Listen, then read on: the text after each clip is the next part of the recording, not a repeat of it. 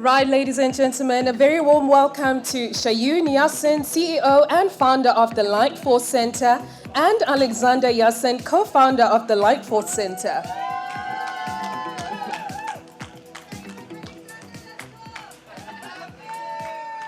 I love you. We love you. You're amazing. Beautiful people.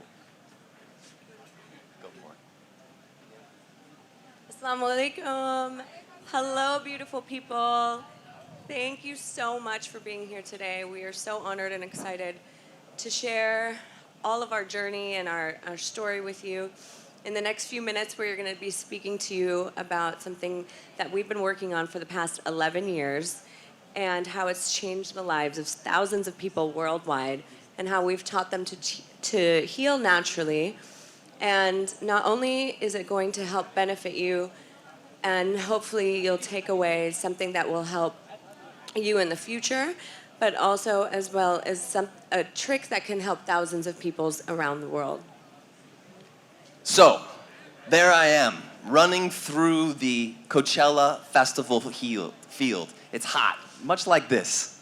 I'm young, I'm in my 20s, and there I see her dancing. And she stops me in my tracks. Shayoon, she's spinning like a dervish. She's spinning like a Sufi mystic, and literally my heart was skipping beats. I was too afraid to approach, so I didn't go up to her in that moment, and my friend whisked me away. And then later that night, I had another opportunity. There she was again, in a sea of 100,000 people, dancing again. What are the chances? 1 in 100,000th of a chance, and there she is. So I come running up to her, and I look her in the eyes, and I say, "Take my hand." Luckily, she said yes.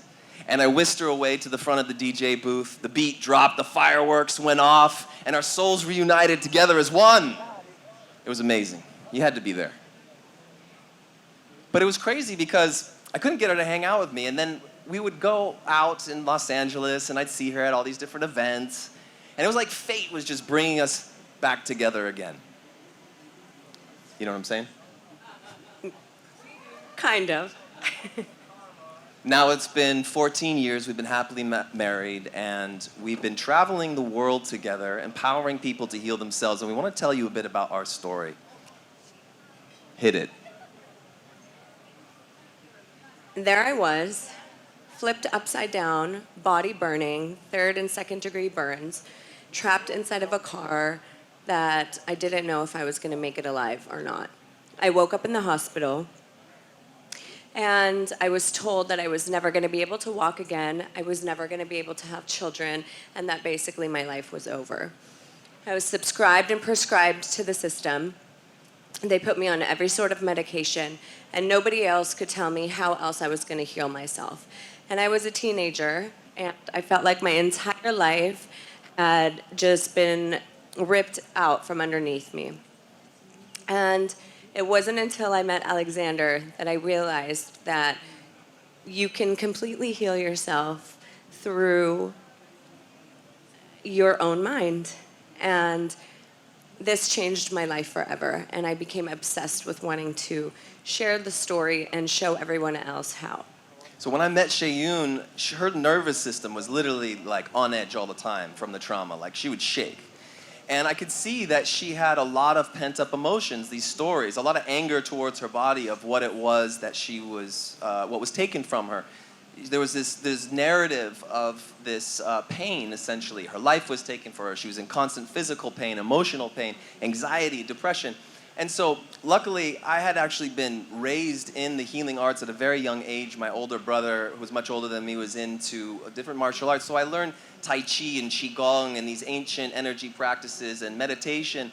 And then in my teens, I started studying like quantum healing, hypnosis, and emotional freedom techniques, and Jose Silva's ultramind systems. And I had this insatiable thirst just for understanding the limitless potential that we have as human beings for not only healing ourselves, but really reaching our fullest potential.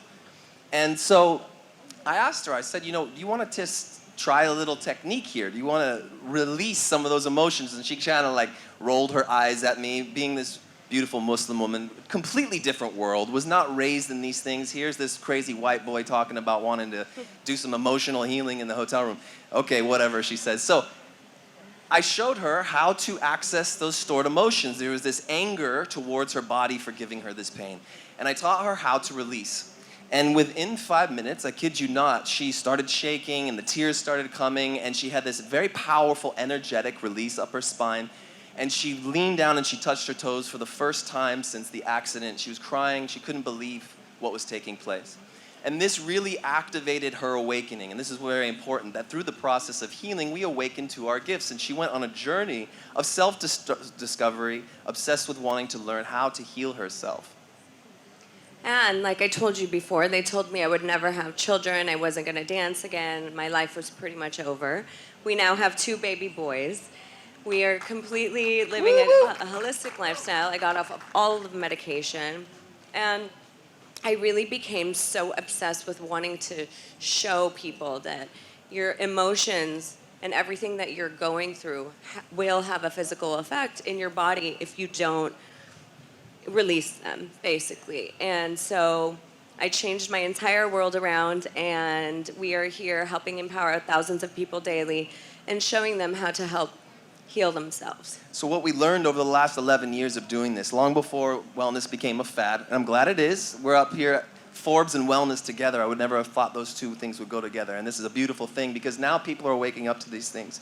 Most people get on the phone with me, they say, Alexander, I've been on my healing journey for 25 years.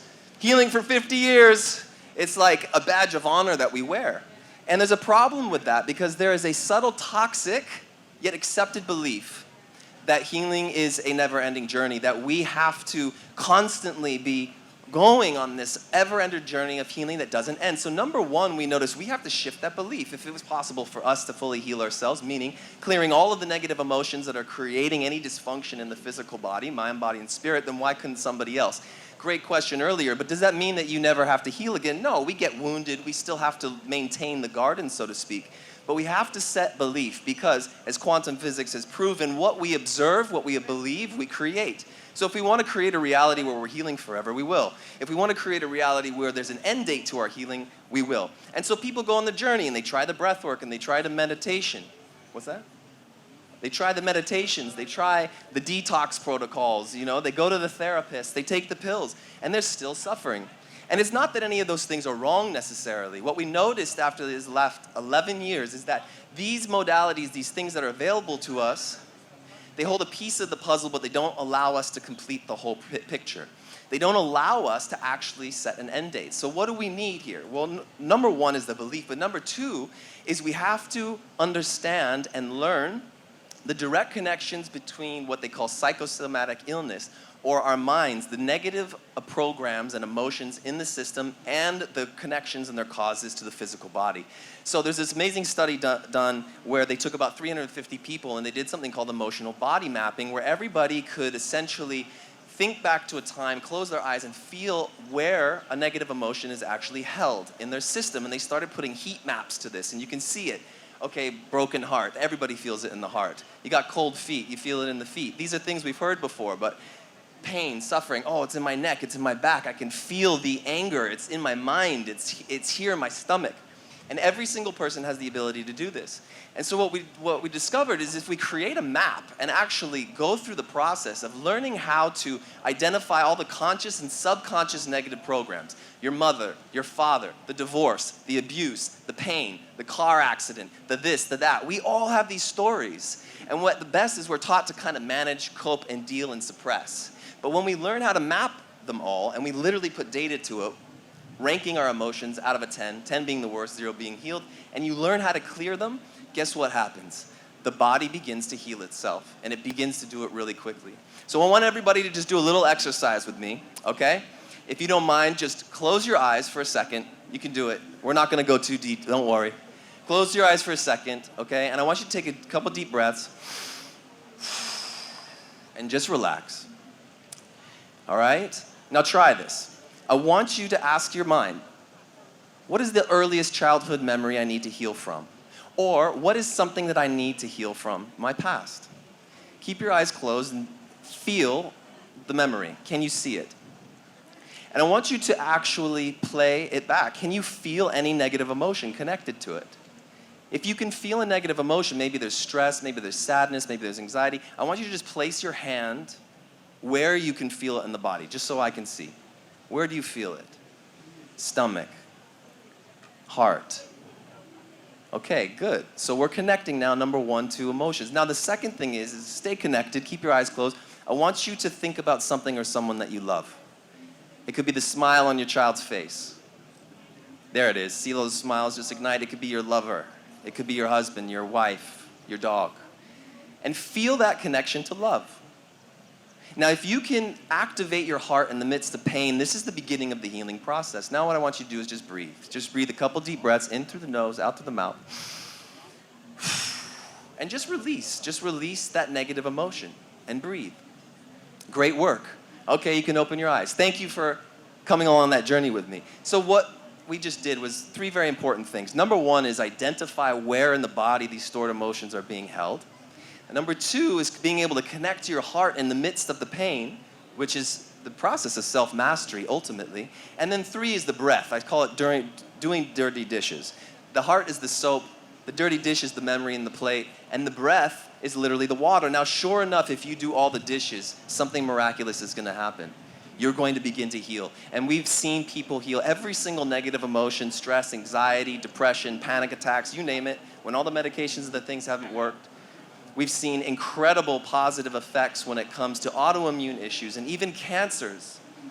And so what we are experiencing here is what the Western medical world will just call psychosomatic illness, already on the path.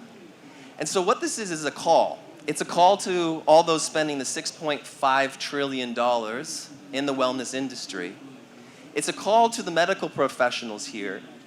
Can we bridge the gap between what we call the alternative and the medical, the Western? Can we start looking at perhaps there's deeper implications of what we call psychosomatic illness? Can we connect to the fact that quantum physics has proven that 99.9999999% of everything here is energy, and yet the dysfunction might be that we're just focused on the 0.0000001%, and we treat those symptoms. We give those nice seaweed scrubs, and you go to the spas and you have some temporary relief, but can we go deeper? Can we start coming together and start investing our resources into clinical trials that might show these connections that we're experiencing? Start empowering other people in our educational systems. Start teaching the therapists and the psychologists how to actually teach people to release. And can we go deep enough where we can actually create a conscious shift on this planet that takes this concept of wellness? Because I don't know about you, I don't want to be well. I want to be amazing. I want to be lit up. I want to be healed. I want to be activating my purpose, and I want to see a collective of us doing the same. And through the process of healing is when we awaken to our truth, our gifts, the reason why we're here, the reason why we're here on earth. And this is a process that I hope we can all go on together. This is a process I hope we can facilitate and create a new pandemic, a pandemic of healing and love. You know, Buckminster Fuller said, you don't change the old system by fighting it. You create a new one that makes the old one obsolete. So let's do it, family. You have the innate power to completely heal yourself. And we always say that you need to put your oxygen mask on first before you try to help anybody else. You have to sit and completely heal everything that you've been through before you can go out and live your true purpose. Otherwise, you're going to only have wounded results. And we want to just leave you with this. Why are you here? What is your purpose? We are all here for a great, huge, big mission, vision, and purpose. And until we are not doing that in our full potential, we're not really doing what we are here for. And we highly encourage all of you to be doing something so grand and profound as long as it's in service to this earth. And we will leave you with this. The light is the way, and the way is the light, and what's not of the light is in the way. Thank you so much. Thank you, family. Blessings.